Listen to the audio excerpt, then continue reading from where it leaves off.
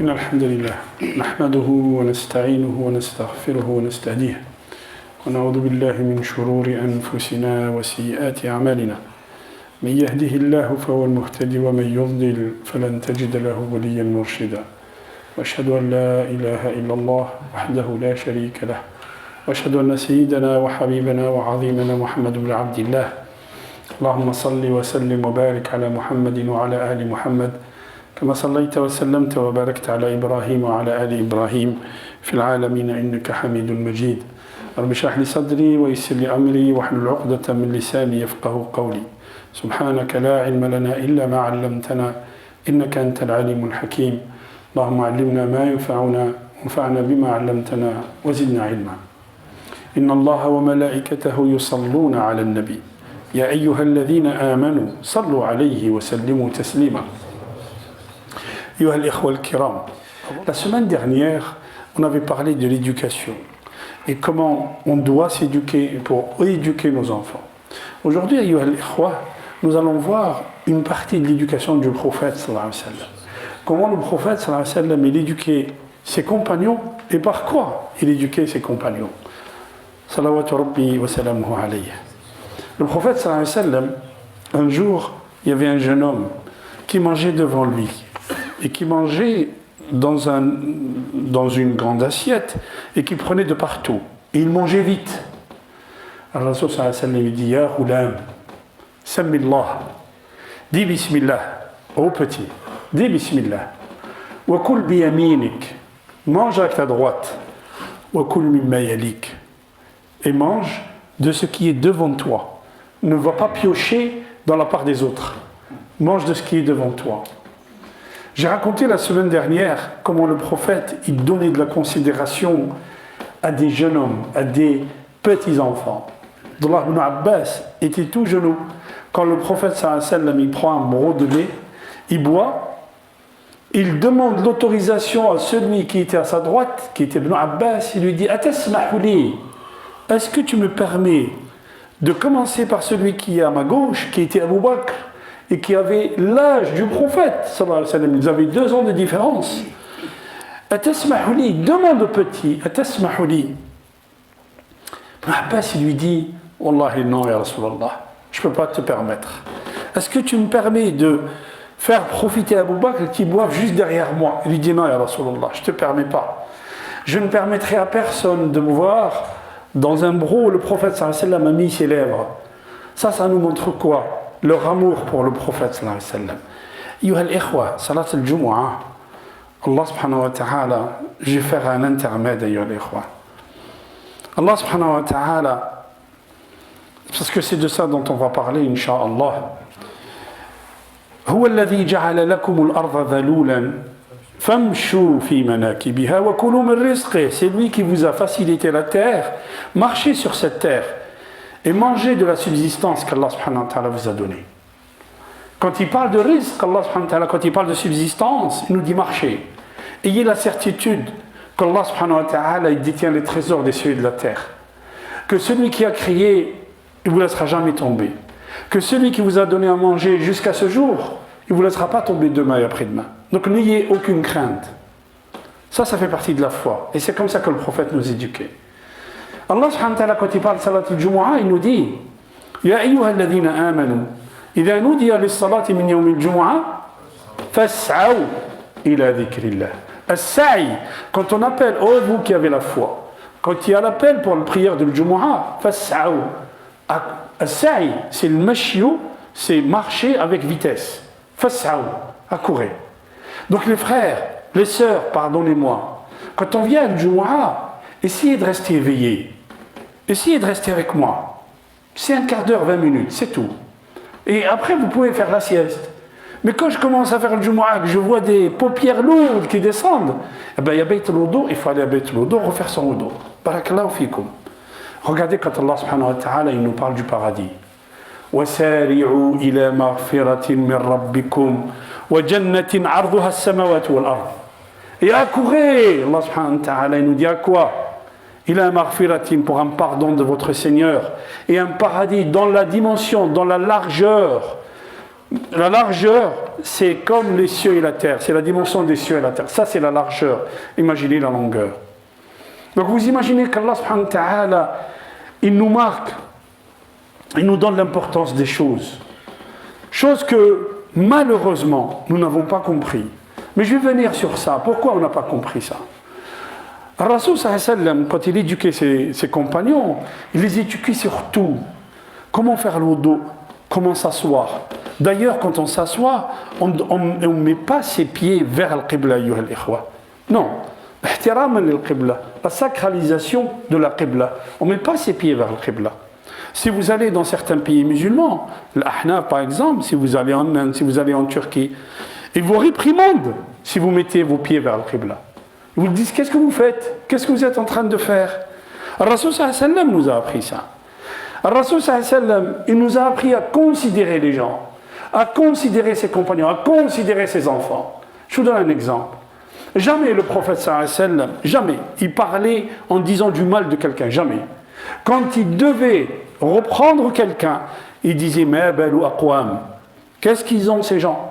À dire qu'est-ce qu'ils ont des gens?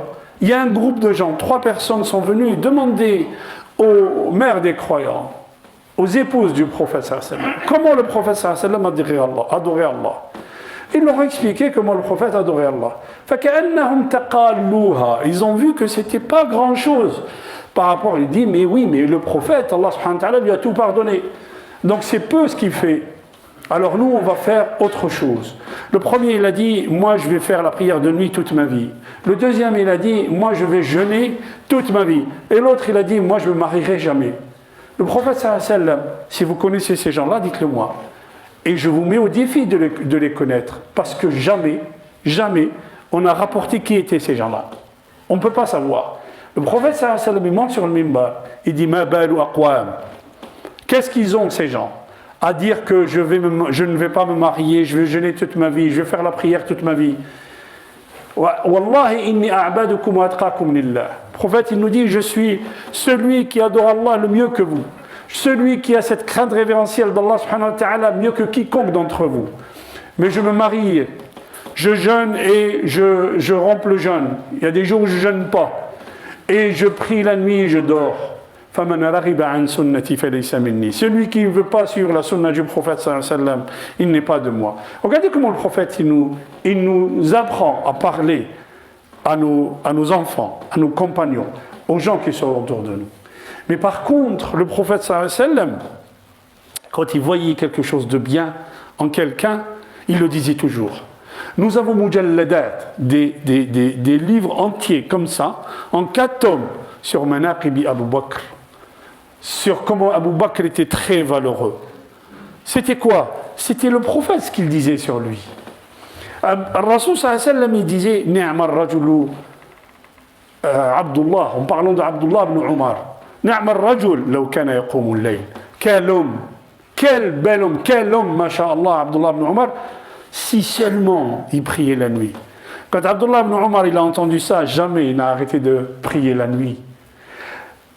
Bilal, radiyallahu anhu, le prophète sallallahu alayhi wa sallam lui dit, ah Bilal, j'ai entendu le craquement de tes pas au paradis. Par quoi tu as atteint ce degré? Qala ya Rasulallah, à chaque fois que je perdais le wudu, j'allais refaire mon wudu et je faisais 2 rak'at. Je faisais 2 unités de prière. Vous voyez, on connaît tout le positif sur les compagnons. Le prophète sallallahu alayhi wa sallam, il nous apprend quoi? Il nous apprend que si on veut élever notre enfant, dites-lui que vous l'aimez. Prenez-le dans vos bras, pardon. Dites-lui que vous l'aimez. Différenciez entre ce que nous disent les ulama at-tarbiya, différenciez entre le mal qu'il a fait et votre amour pour lui. Quand un enfant il fait quelque chose de mal, si le papa ou la maman voit ça, qu'elle le prenne dans ses bras. يحضنه كما كان رسول الله صلى الله عليه وسلم يحضن أصحابه. Comme le prophète sallallahu alayhi wa sallam, il enlaçait, il était en pleine fusion avec ses compagnons. حضنه. Il dit lui, mon fils, toi je t'aime, mais ce que tu as fait, c'est pas bon. Différenciez entre l'acte et votre amour pour lui. C'est comme ça que le prophète sallallahu alayhi wa sallam nous apprenait. Mais il y a quelque chose sur laquelle Rasoul sallallahu alayhi wa sallam a enseigné et a éduqué les compagnons.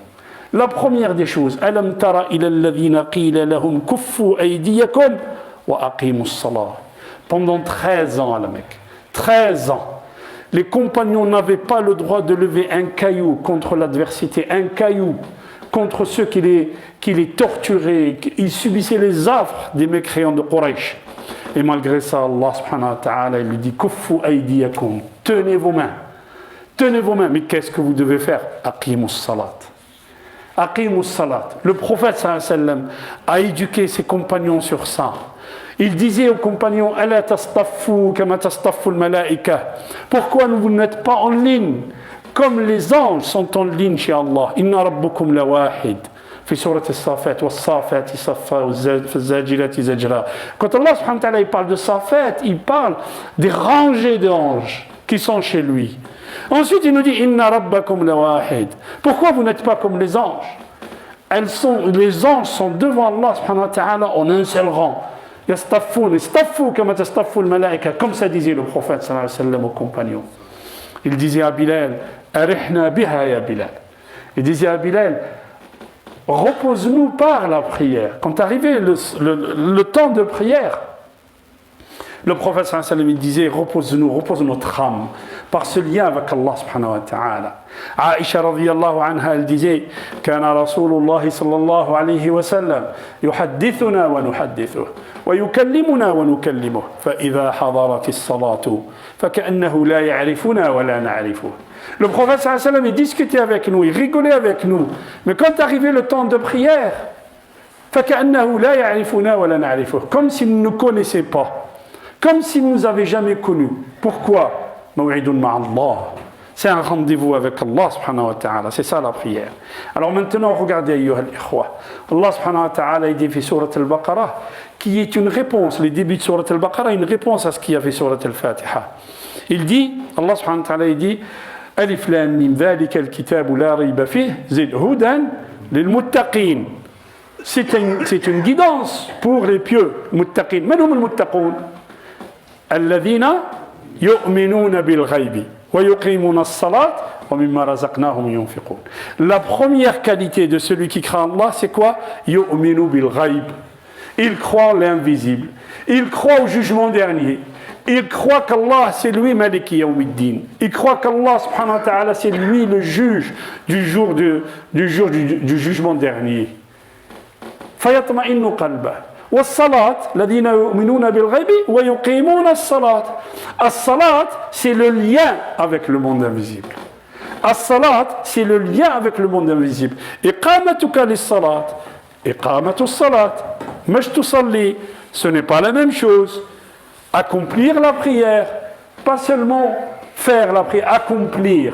إقامة الصلاة c'est إقامتها عند أوقاتها.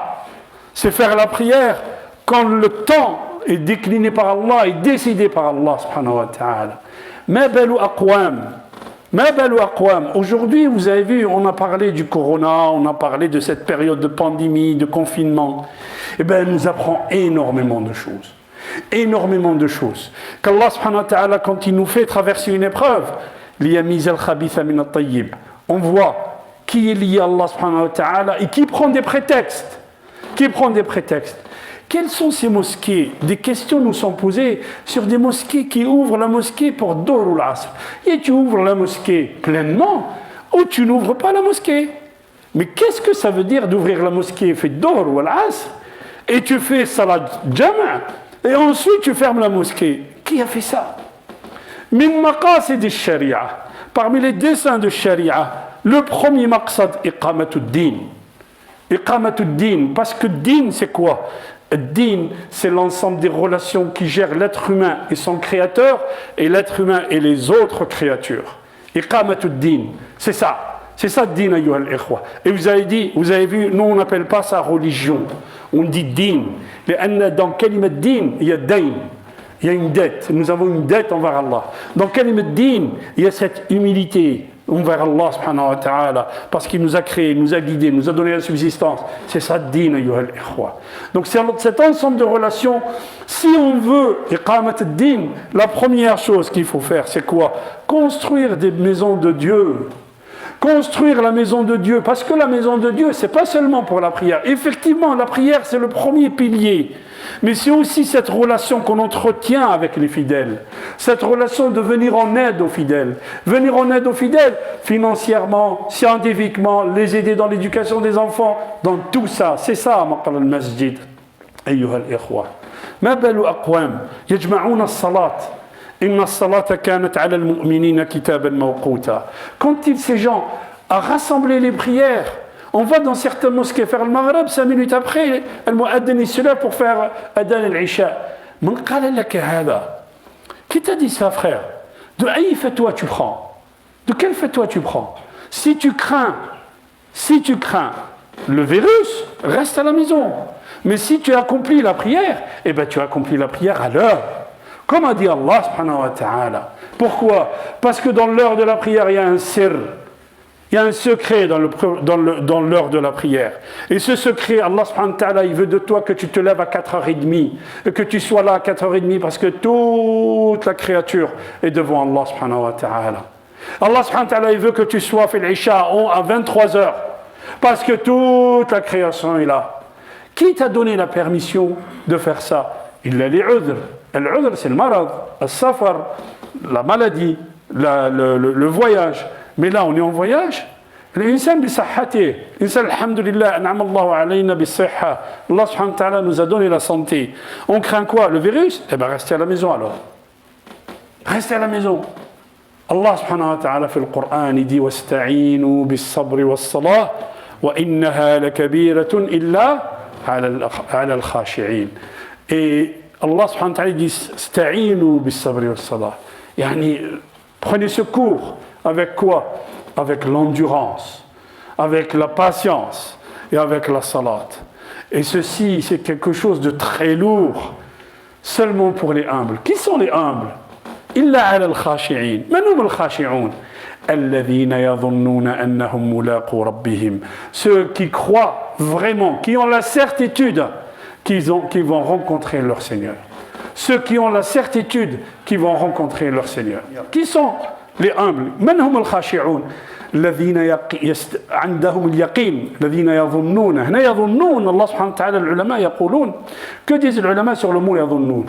Al-yaqin ne se construit pas comme ça. La certitude ne se construit pas du jour au lendemain. Al-dhann, ayyuha al-ikhwa, al-yaqin, il commence par dhann. On n'a pas la certitude du jour au lendemain. On n'a pas la certitude du jour au lendemain. Ça se construit, ça se travaille par le lien avec Allah subhanahu wa ta'ala. Et quand il y a ce lien avec Allah quotidien, الذين هم على صلاتهم دائمون. C'est ce que nous dit Allah subhanahu wa ta'ala. Al-mudawama ala salat. C'est ce qui va te donner la patience. C'est ce qui va te lier à Allah subhanahu wa ta'ala. Mudawama ala salat. المداومة على الصلاة قال العلماء يبدأ الإنسان حاملا وينتهي محمولا. Tu commences en portant et tu finis porté. Ça veut dire quoi? Ça veut dire quand tu commences la prière, tu ne comprends pas le sens de la prière. À force de faire la prière, d'être là au temps voulu, quand Allah subhanahu wa ta'ala nous appelle, qu'est-ce qu'il fait? C'est la prière qui te porte. Waqt al-asr, si tu as fait l'asr et qu'il reste une demi-heure pour le maghreb, tu as ta respiration, ton cœur qui se serre, ta poitrine qui se serre. Pourquoi? Parce que tu sais qu'il y a une obligation que tu n'as pas faite vis-à-vis d'Allah subhanahu wa ta'ala. Est-ce que ça, on l'a fait comprendre à nos enfants? Yuhal ikhwa, regardez bien. Allah subhanahu wa ta'ala ja'ala as-salat. Qasamtu as-salata bayni wa bayna 'abdi qismayn.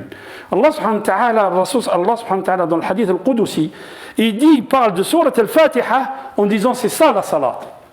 Et le Rasul sallallahu alayhi wa sallam, il nous dit celui qui n'a pas fait la prière avec salat al-Fatiha, sa prière est invalide. Regardez bien, ajib, sourate al-Fatiha, wallahi. Je suis étonné de quelqu'un qui lit sourate al-Fatiha, alhamdulillahi rabbil alamin, ar-rahman ar-rahim, maliki yawmiddin, iyyaka na'budu wa iyyaka nasta'in. Il n'a rien lu. Allah subhanahu wa ta'ala nous dit le Fatiha, c'est un dialogue entre Allah et celui qui la récite. C'est un dialogue entre Allah et celui qui la récite. Les ulama, ils nous disent le Fatiha se compose de 3 parties. Regardez bien, 3 parties. La première partie qui parle d'Allah. La seconde partie, c'est un dialogue entre nous et Allah. Et la troisième partie, c'est le serviteur, nous qui parlons. La première partie qui parle d'Allah, Alhamdulillahi Rabbil Alamin, Ar-Rahman Ar-Rahim, Maliki Yawmiddin.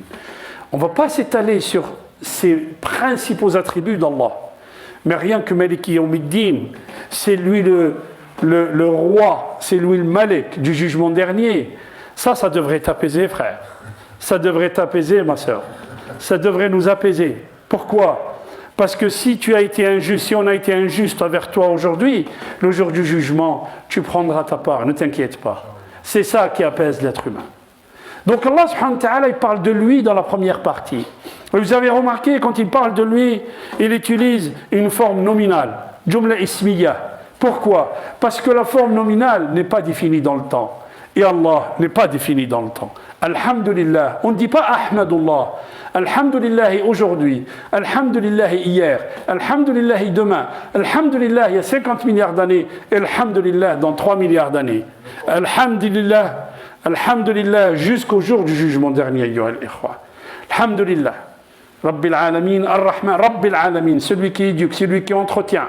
Ar-Rahman Ar-Rahim, plein de miséricorde. Et encore, la miséricorde ne suffit pas à expliquer le mot Rahman. Le mot Rahman, il vient de Rahim. Ar-Rahim, c'est là où la maman, elle porte son bébé. C'est là où, quand elle sent le danger, elle protège plutôt son bébé qu'elle-même. Elle fait tout pour son bébé alors que lui, il ne se rend même pas compte. Le mot Rahman, il vient de là. Maliki Yawmiddin. Quand on a compris les attributs d'Allah, quand on a compris, on a cette connaissance d'Allah, on dit à Allah, puisque toi tu es comme ça, Iyyaka na'bud, c'est toi que nous adorons, Ya Allah. Wa iyyaka nasta'in, donc c'est à toi qu'on demande de nous aider et de nous apporter de l'aide. Al-isti'ana sur quoi ? Sur ce qu'on ne peut pas faire, sur quelque chose qui est plus lourd que nous. Je dois porter une voiture par exemple, je demande de l'aide. Pourquoi ? Parce que je ne peux pas le faire seul. Donc dans tout ce que j'entame dans la vie, je demande de l'aide à Allah. La troisième partie, ayyuhal ikhwa, qui c'est qui parle ? Le serviteur. Le serviteur, il demande la guidance à Allah. La guidance à Allah. Ihdina as-sirat al-mustaqim. Sirat alladhina an'amta alayhim, ghayri al-maghdubi alayhim wa lad-dallin. Écoutez bien les frères. Ouvrez les yeux, ne dormez pas, s'il vous plaît, c'est très important. Iyyaka na'budu wa iyyaka nasta'in. Ihdina. Guide-nous, ya Allah. Vers quoi ? As-sirat al-mustaqim, le droit chemin. Quand je suis en prière, ya Allah, quand je sors de la prière, guide-moi à éduquer mes enfants. Guide-moi à bien faire mon travail. Guide-moi à ne pas faire de péché. Guide-moi d'être bon envers les miens, envers mon épouse, envers mon époux. C'est ça, ihdina as-sirat al-mustaqim. Mais là, il y a trois catégories de gens. Alladhina an'amta alayhim, ghayri al-maghdubi alayhim, wa lad-dallin. Alladhina an'ama Allahu alayhim, ceux qui ont été comblés par Allah subhanahu wa ta'ala, c'est quoi ? Qu'Anna Allah, regardez le lien qu'il y a entre la troisième partie et la première. Alladhina an'ama Allahu alayhim, ceux qui ont compris qui était Allah et qui étaient sur as-sirat al-mustaqim. Le lien avec la première partie de l'Fatiha. Quand tu sais qui est Allah et tu es sur le droit chemin, Allah subhanahu wa ta'ala, là, il t'a vraiment guidé. Al-maghdubi alayhim, qui sont-ils ? Qui sont-ils, mardoubi alayhim ? Ceux qui ont connu qui est Allah, qui ont su qui était Allah, mais qui n'ont pas suivi le bon chemin. Donc, même si tu es musulman, d'autres ils disent que c'est d'autres gens qui... Non. Même si tu es croyant et que tu as appris, que tu as la science, mais que tu ne fais pas, فأنت من المغضوب عليهم. Tu fais partie de ceux qui ont couru la colère d'Allah. الضالين, من هم الضالين ? Ceux qui se sont égarés, ceux qui n'ont pas de savoir et qui n'ont pas connu, qui n'ont pas su qui était Allah, ils vont essayer d'adorer Allah comme eux et souhaitent comprendre ou comme eux ils comprennent. Regardez le lien, subhanallah, entre les parties de l'Fatiha. Mais regardez encore, Iyyaka na'bud, la moitié de l'Fatiha, au milieu de l'Fatiha, elle est tournée vers la première partie. La première partie qui décrit Allah, les attributs d'Allah. La deuxième partie, Iyyaka nasta'in, elle est tournée vers la deuxième. Ya Allah, moi j'ai appris qui tu étais. Ya Allah, je sais quels sont les attributs d'Allah. Alors aide-moi, Ya Allah. Aide-moi à être guidé. Aide-moi à être sur le bon chemin. Aide-moi à éduquer mes enfants. Yuhal ikhwa, on ne peut arriver à Allah à travers l'amour et à travers la compréhension que justement par ta'amul ma'allah.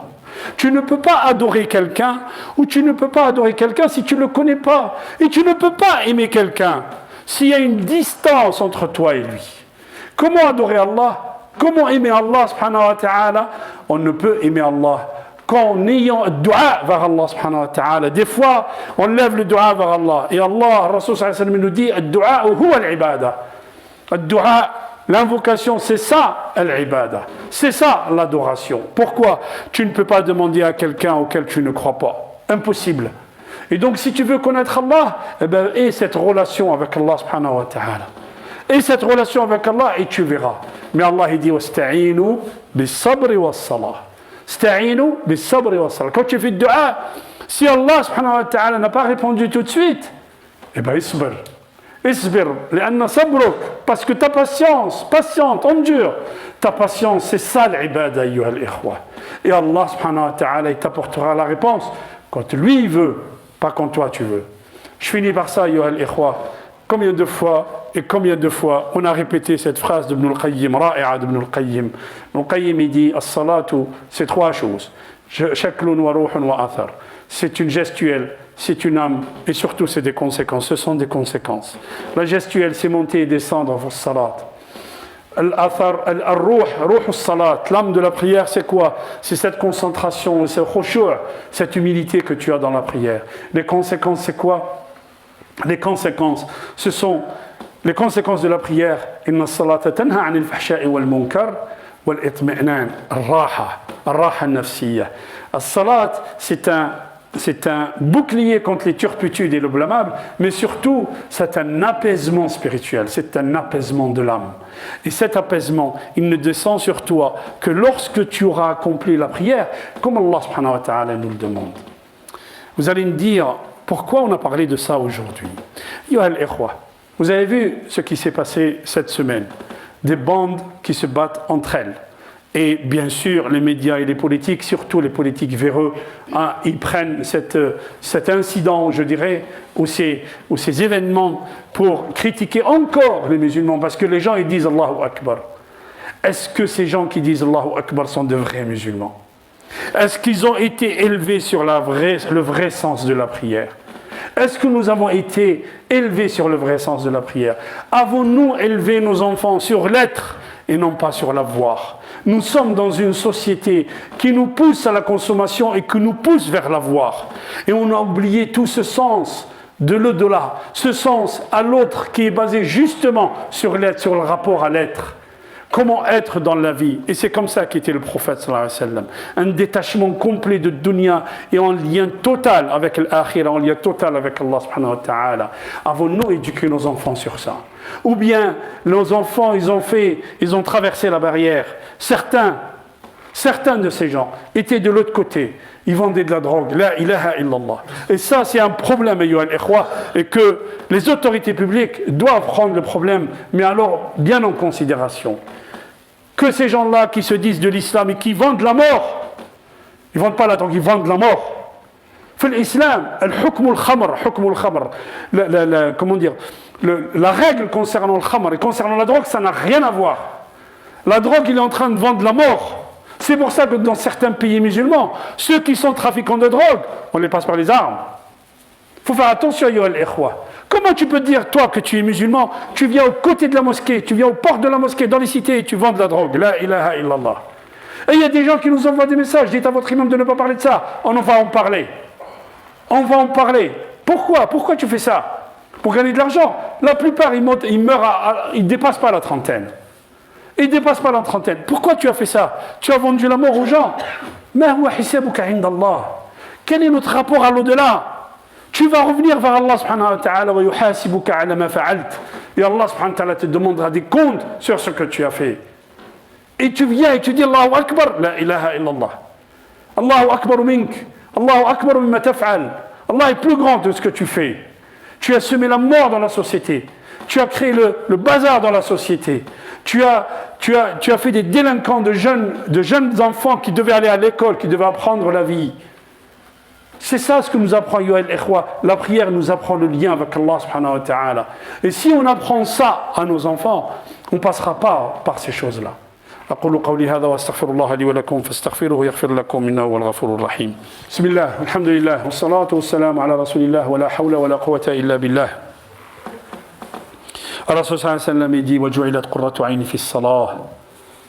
La stabilité de mes yeux, Allah subhanahu wa ta'ala les a mis dans quoi? Dans ce salat.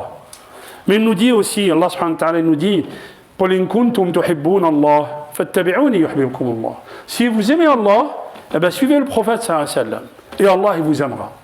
Allah subhanahu wa ta'ala nous dit, aimez le prophète, vous dites que vous aimez le prophète, eh bien suivez ce que vous dit le prophète. Eh bien écoutez ce que nous dit le prophète sallallahu alayhi wa sallam. Il nous dit, Wallahi la yu'min. Wallahi la yu'min. Wallahi la yu'min. 3 fois. Le prophète, il nous dit, ce n'est pas un croyant, ce n'est pas un croyant, ce n'est pas un croyant. Ce n'est pas quelqu'un qui a la foi. Qui? Alladhi la yu'minu jarahu bawa'iqah. Celui dont le voisin, il a une crainte de lui, il a peur de lui, de ce qu'il va lui faire quand il est absent. Une dame, meskina, elle vient nous dire, je n'ai rien vérifié, ayyuhal ikhwa, et je ne peux pas m'avancer sur quoi que ce soit. Ma balu aqwam, comme ça dit le prophète sallallahu alayhi wa sallam, qu'elle a laissé les clés à ses voisins et que leur fils, il lui a volé ses bijoux. La ilaha illallah. La ilaha illallah. J'appelle un appel solennel aux parents. Si vous avez vu ça, et si cette voisine vous a dit ça, allez voir votre fils. Allez voir votre fils. On revient toujours à la même chose. Nous avons éduqué nos enfants sur l'avoir et non pas sur l'être. Nous avons éduqué nos enfants sur l'avoir. La société de avoir la chose, la société de consommation, la société où il faut acheter toujours le dernier jeu vidéo, la société où il faut avoir de l'argent pour paraître mieux devant les autres. Wallahi Allah subhanahu wa ta'ala yuhasibuna ala hadha ayyuha al-ikhwa. Wallahi la yu'min, wallahi la yu'min, wallahi la yu'min. Al-jar, quel que soit le jar, Allah subhanahu wa ta'ala في le Coran, il nous dit وَقُولُوا لِلنَّاسِ حُسْنًا. Et dites de belles paroles, de bonnes paroles à qui? Aux gens, aux hommes. وَقُولُوا لِلنَّاسِ حُسْنًا. اللهم اجعلنا من التوابين اجعلنا من المتطهرين اللهم اهدنا فيمن هديت وعافنا فيمن عافيت وتولنا فيمن توليت وبارك لنا فيما أعطيت وقنا شر ما قضيت إنك تقضي ولا يقضى عليك إنه لا يذل من وليت ولا يعز من عديت تباركت ربنا وتعاليت يا ذا الجلال والإكرام اللهم اقسم لنا من خشيتك ما تحول به بيننا وبين معصيتك ومن الطاعات ما تبلغنا به جنتك ومن اليقين ما تهون به علينا مصائب الدنيا ومتعنا اللهم بأسماعنا وأبصارنا وأبداننا أبدا ما أحييتنا واجعله الوارث منا واجعل ثأرنا على من ظلمنا وانصرنا على من عادانا ولا تجعل الدنيا أكبر همنا ولا مبلغ علمنا واجعل الحياة زيادة لنا في كل خير واجعل الموت راحة لنا من كل شر اللهم انصر الإسلام والمسلمين اللهم ارفع الضر عن الأمة يا رب العالمين في هذه الأيام يا رب العالمين اللهم احفظ أبناءنا وأولادنا في هذه البلاد اللهم ارحم موتانا وارحم آباءنا وارفع الضر عن المنكوبين يا رب العالمين اللهم اشفينا واشف مرضى المسلمين يا رب العالمين اللهم ارحمنا برحمتك الواسعة إذا سرنا إليك يا رب العالمين عباد الله إن الله يأمر بالعدل والإحسان وإيتاء ذي القربى وينهى عن الفحشاء والمنكر والبغي يعظكم لعلكم تذكرون ولذكر الله أكبر والله يعلم ما تصنعون وقوموا إلى صلاتكم بارك الله فيكم